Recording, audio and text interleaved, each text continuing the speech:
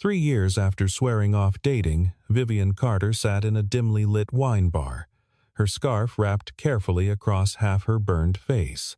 William Hayes arrived 20 minutes late, apologizing profusely because his babysitter had canceled last minute, forcing him to bring his 7-year-old daughter Audrey along. When the little girl innocently asked, "Does it hurt?" Vivian went pale and shot to her feet. "Don't look." "I'm disgusting," she choked out, then bolted into the street. William chased after her, catching her under the neon lights right outside the bar, and kissed her scar. Vivian Carter had once been the kind of woman who painted the world in bold colors. At 23, she had been studying art at the community college, specializing in portrait work, convinced that beauty was her native language. She loved sketching faces in coffee shops, capturing the play of light across cheekbones, the stories hidden in smile lines, the way shadows fell across a jawline.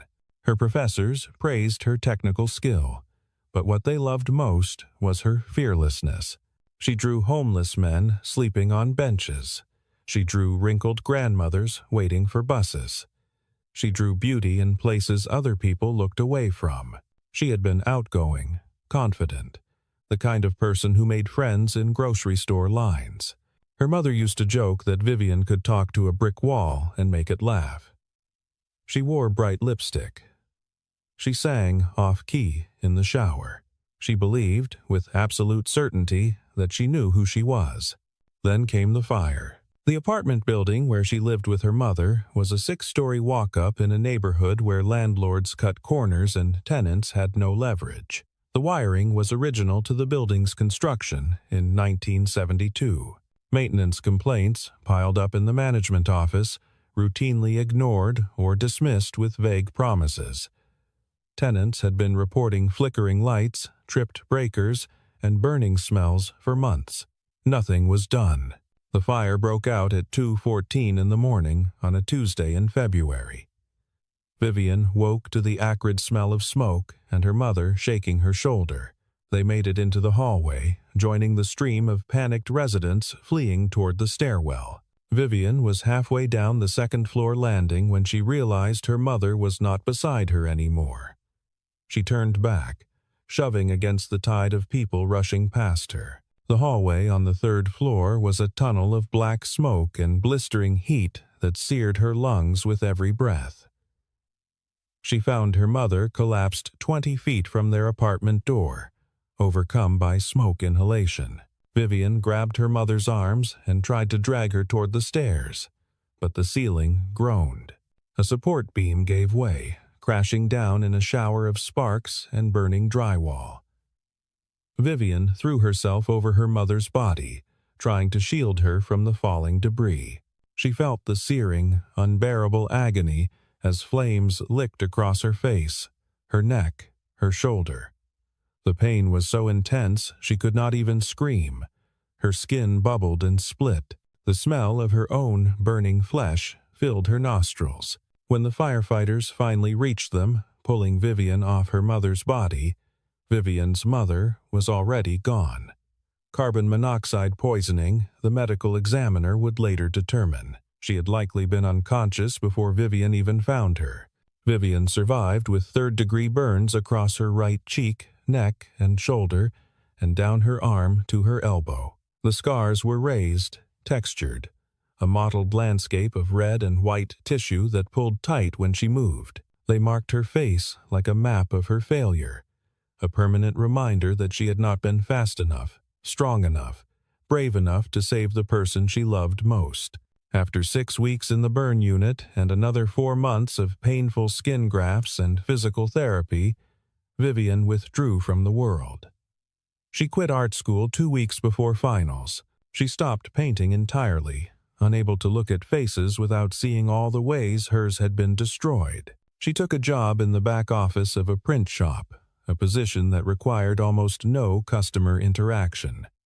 She arrived early, left late, and ate lunch at her desk with her back to the door. She built what she privately called her armor, oversized scarves in dark colors that could be wrapped high around her neck and pulled across her lower face. Long hair, always styled to fall across the damaged side of her face in a heavy curtain. Sunglasses, even indoors, even on cloudy days. She learned to map her city by the routes that avoided the most foot traffic, the stores that were quietest at odd hours, the restaurants with corner booths where she could sit with her scarred side to the wall. She shopped for groceries at 11 at night when the aisles were nearly empty. She ordered takeout instead of eating in restaurants. She crossed the street when she saw groups of teenagers approaching, knowing from experience that they would whisper and point and laugh. She deleted all her social media accounts after the first dozen messages from old classmates offering thoughts and prayers that felt more like voyeurism than sympathy. The stares were the worst part.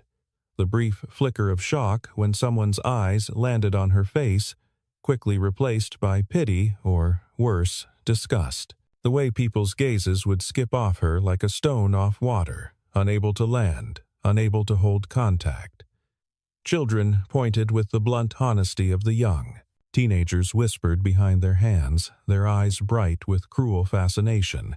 Adults pretended not to notice while their entire bodies betrayed them, turning away, creating distance, sending the unmistakable message, "You do not belong here." Vivian learned to recognize every variation of discomfort and rejection. The too bright smile of forced politeness, the careful way people angled their bodies to avoid looking directly at her, the way conversations died when she entered a room. She began to believe what she saw reflected in their faces, that she was grotesque, that she was a burden, that she had no right to take up space in a world that valued beauty above all else.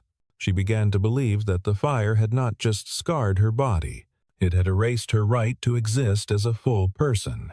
Her best friend, Bonnie, had been there since the burn unit, refusing to let Vivian disappear entirely. Bonnie was a nurse who had treated Vivian during those first agonizing weeks, the one person who had seen Vivian at her absolute worst and had not looked away. She had held Vivian's hand during debridements, the excruciating process of removing dead tissue from the burns. She had sat with her through the screaming nightmares. She had been there the first time. Vivian looked in a mirror and saw what she had become. Bonnie knew that Vivian was drowning. She watched her friend shrink smaller and smaller until she barely existed outside the four walls of her apartment and the back room of the print shop.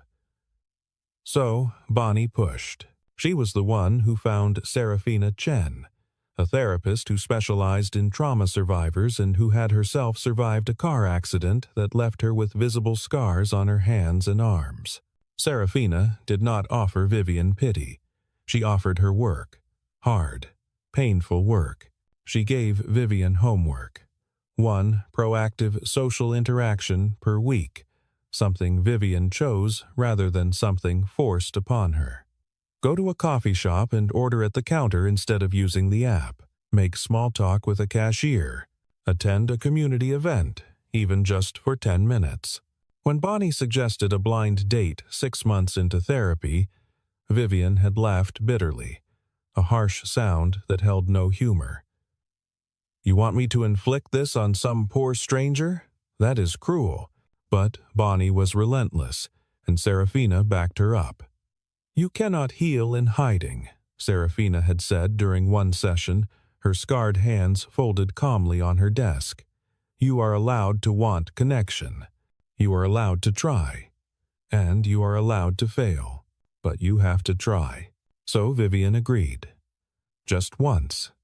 Just to prove to herself that she could not do it, that normal life, the life she had before, was no longer available to her. She would go on one date, endure 1 hour of rejection, and then she could close that door forever with a clear conscience. William Hayes was 38 years old, a maintenance technician at Riverside Regional Medical Center where he worked on electrical systems, fire suppression equipment, HVAC systems, and building infrastructure. He was good at his job because he understood how systems failed, how small acts of negligence could cascade into catastrophe, how what seemed like a minor shortcut could kill someone 6 months down the line. He had learned that lesson 5 years ago when his wife Laura died in a car accident on Interstate 40, hit by a drunk driver who walked away without a scratch. William had been the one to identify her body in the ICU.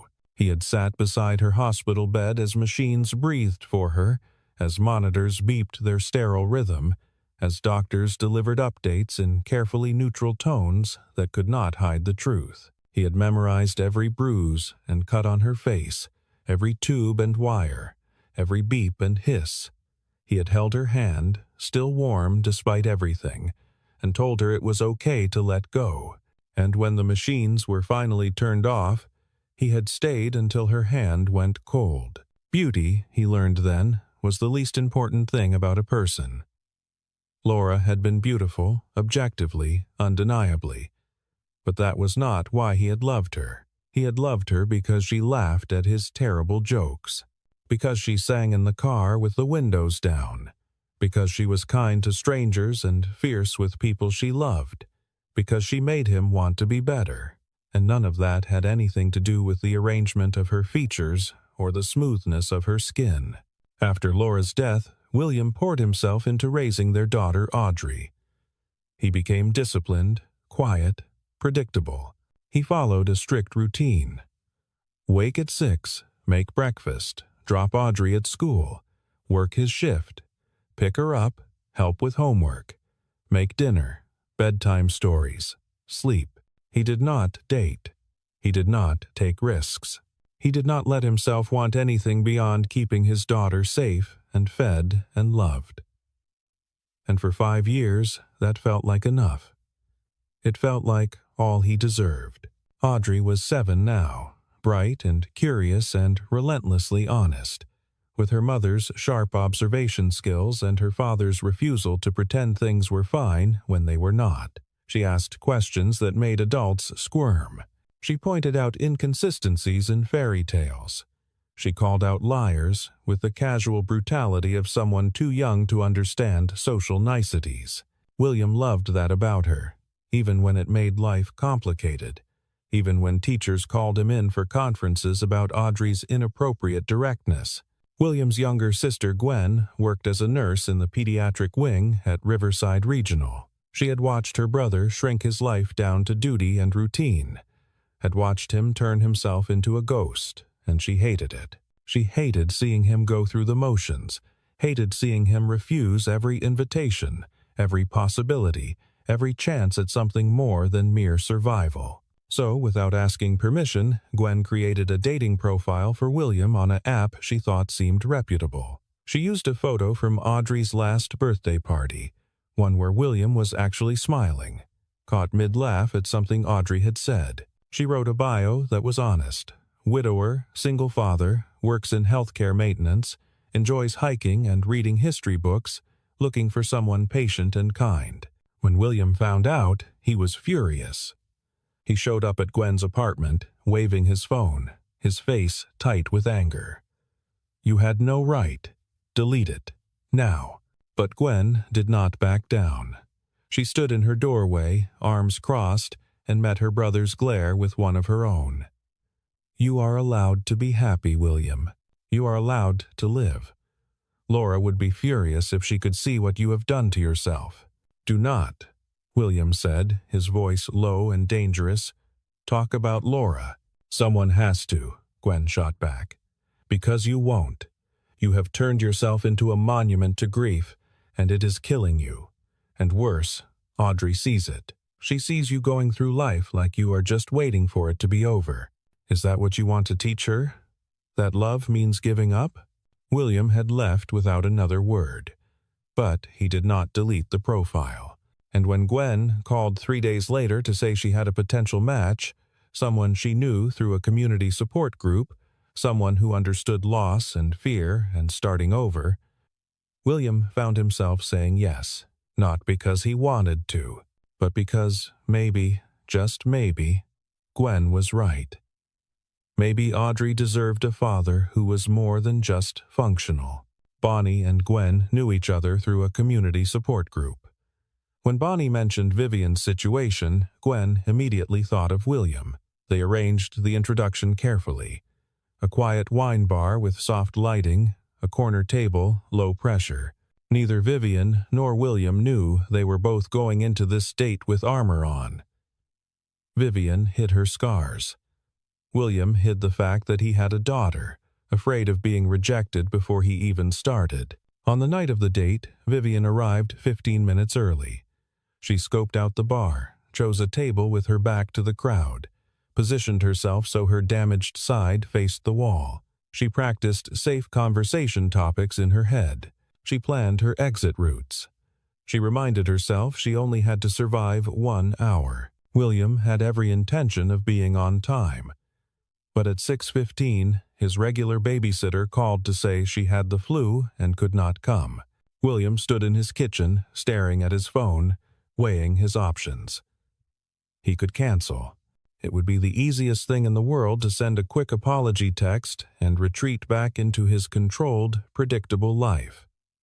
But Gwen's voice echoed in his head. Don't run. A sincere apology is better than ghosting. So William made a choice. He called Vivian, explained the situation, and asked if he could bring Audrey along. On the other end of the line, Vivian froze. A child. Her worst nightmare. Children were unfiltered mirrors.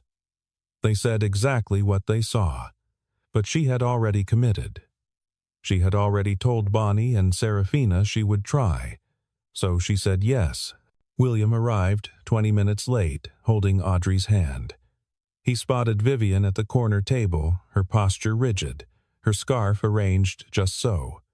He approached carefully, already apologizing. I am so sorry. My sitter canceled, and I did not want to just disappear without explaining. Vivian nodded stiffly, barely meeting his eyes. William gestured to a chair, and Audrey climbed into it, swinging her legs. She looked at Vivian with open curiosity, the way children do, taking in the scarf, the careful positioning, the tension radiating from this stranger. Then Audrey asked the question that detonated everything. Does it hurt? Not mean, not cruel, just honest. Vivian's entire body went cold. Her hand flew to her scarf, pulling it higher. She felt the weight of every stare she had ever endured, crashing down on her all at once. Her breath came in short, shallow gasps. Her vision narrowed. She stood so abruptly, her chair scraped loudly against the floor. Don't look, she whispered, her voice breaking. I'm disgusting. Then she ran. A few patrons turned to watch. Someone pulled out their phone. William was caught between his daughter and the woman fleeing into the night. He made a split-second decision. He flagged down the bartender, a woman named Claire who knew Gwen.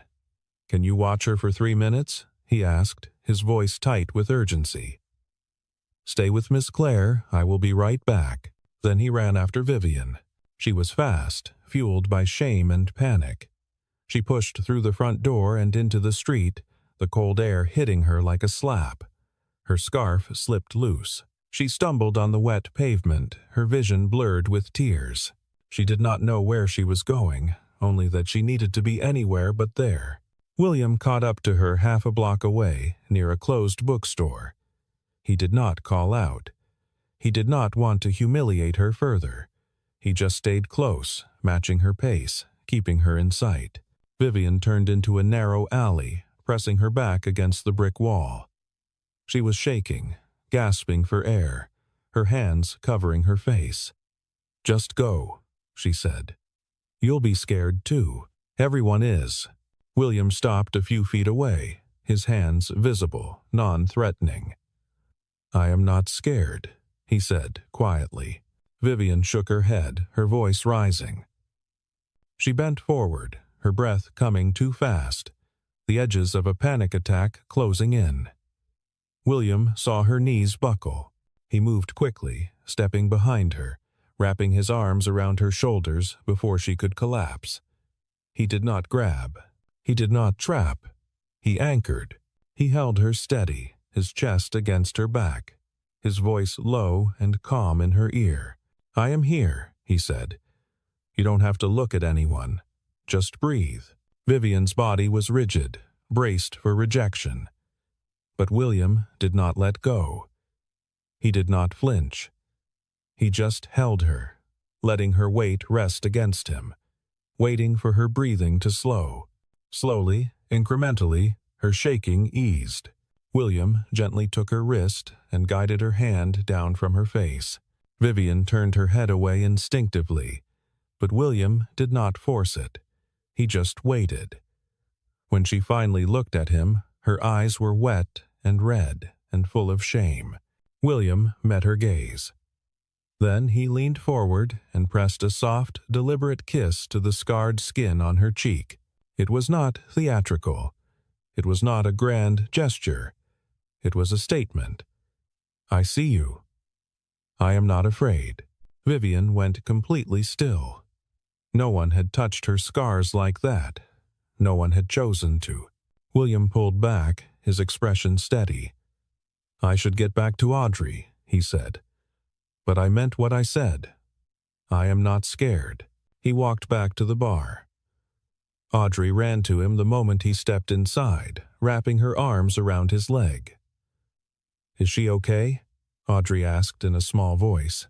William knelt down to her level. She was upset. But we did not leave her alone. Outside, in the shadows across the street, a stranger lowered their phone. The video was already uploading. Vivian returned home shaking. She locked the door, tore off her scarf, and stared at herself in the bathroom mirror. Her reflection was exactly what she expected. Monstrous, unlovable, wrong.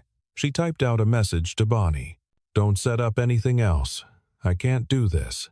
She was about to block William's number when her phone buzzed. A text from him. Short, no pressure. I am sorry if tonight made you uncomfortable. Thank you for being brave enough to show up.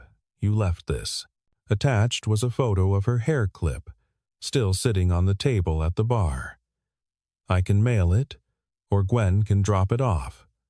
No expectation of seeing you again.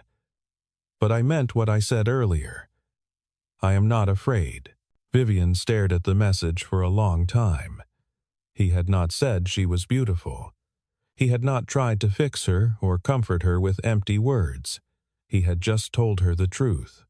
And somehow, that was worse, because it made her want to believe him. The next day, Audrey drew a picture. It showed a woman with a lightning bolt across her face. At the bottom, in crooked letters, Audrey had written, "Lightning makes you strong." William took a photo of the drawing and sent it to Vivian with no caption. When Vivian saw it, she cried for the first time in months. Not because she was sad, because for the first time in 3 years, someone had looked at her scars and seen power instead of damage. She texted Bonnie. Okay, one more try. But somewhere quiet, daytime, just talking. William agreed immediately. But before they could meet again, Vivian received a notification. Someone had tagged her in a post. She opened it and felt the floor drop out from under her. The video showed everything. Her standing abruptly at the table, her voice breaking as she said, "Don't look, I'm disgusting." Her running into the street. The caption read, "When the blind date goes wrong. Girl has meltdown over her face."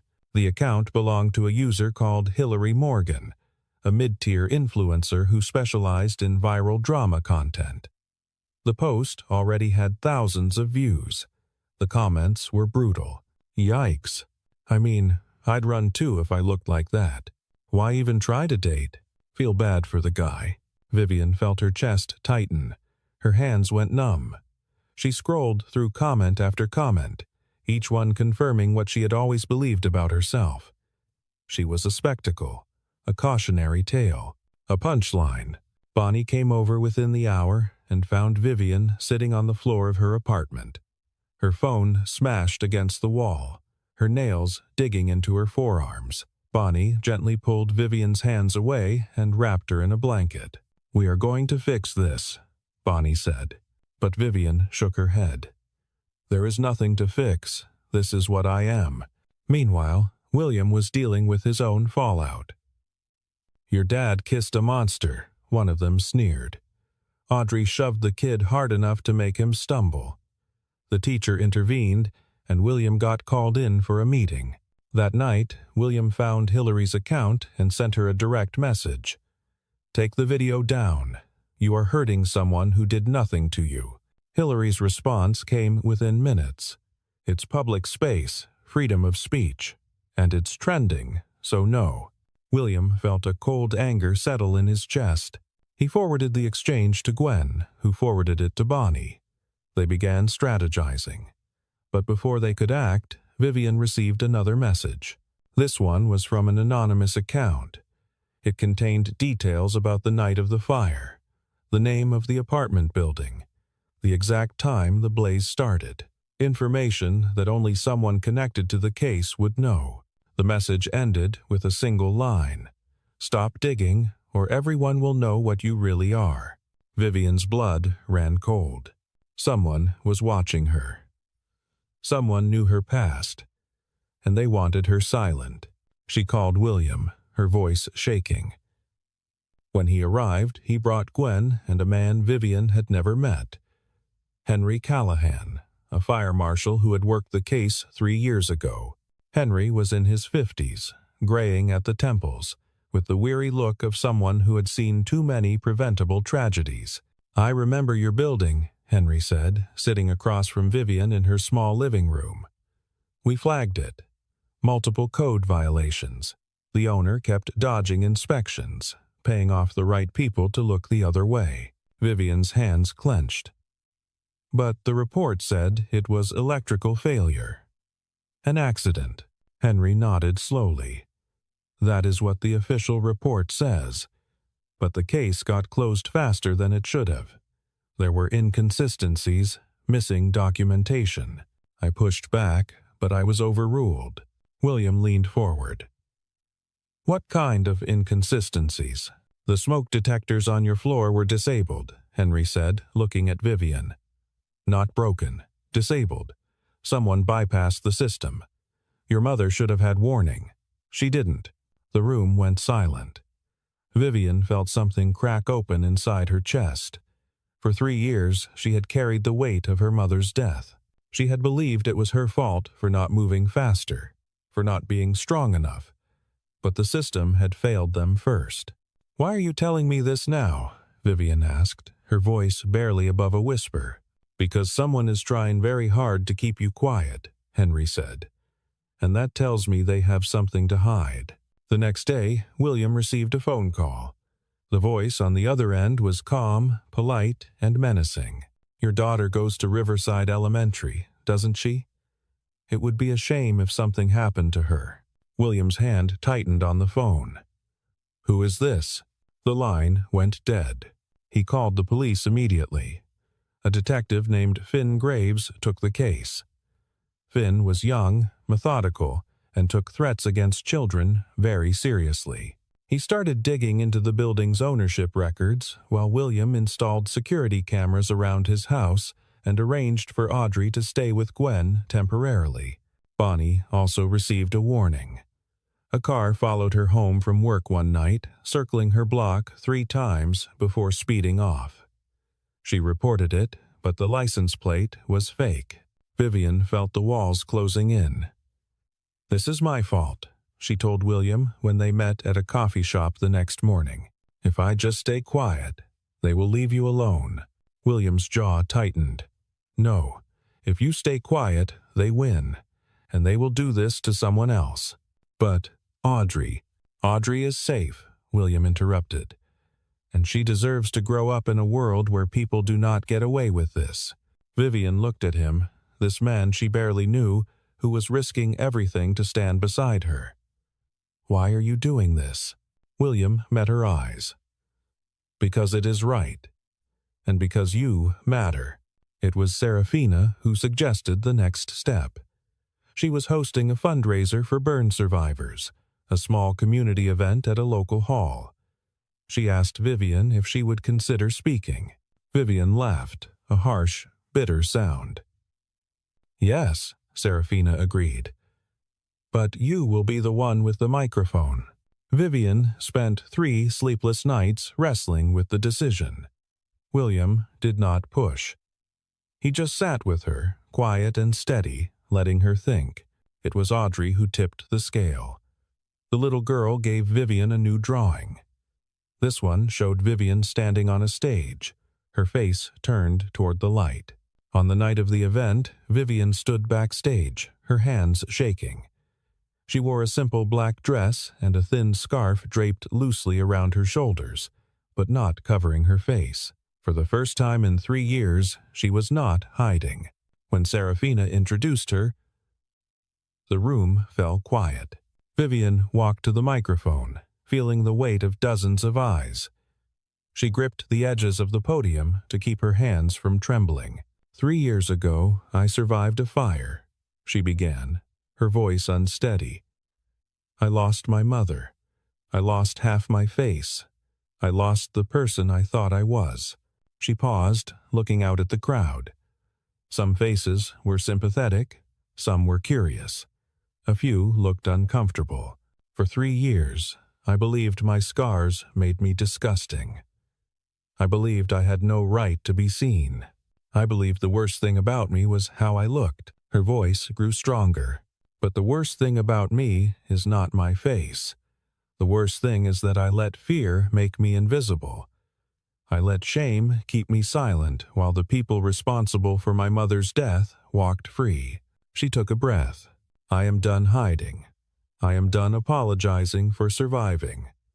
And I am asking you to stop turning pain into entertainment. She looked directly at the back of the room, where Hillary Morgan sat with her phone in hand. Hillary's face went pale. If you see someone suffering, do not film them. Do not mock them. Do not make their worst moment go viral for likes. Choose kindness. Choose decency. Choose to be better. The applause started slowly, then built. Vivian stepped back from the microphone, her legs weak, her heart pounding. But she had done it. She had spoken, and she had not run. After the event, several people approached her. Survivors, family members. A journalist named Marcus Reed who covered housing safety issues. Marcus asked if he could interview Vivian about the building fire. She agreed. The story ran 2 weeks later. Negligence and cover-up. How one woman's tragedy exposes systemic failure. It named names. It included Henry's suppressed findings. It detailed the building owner's pattern of code violations and bribery. The backlash was immediate.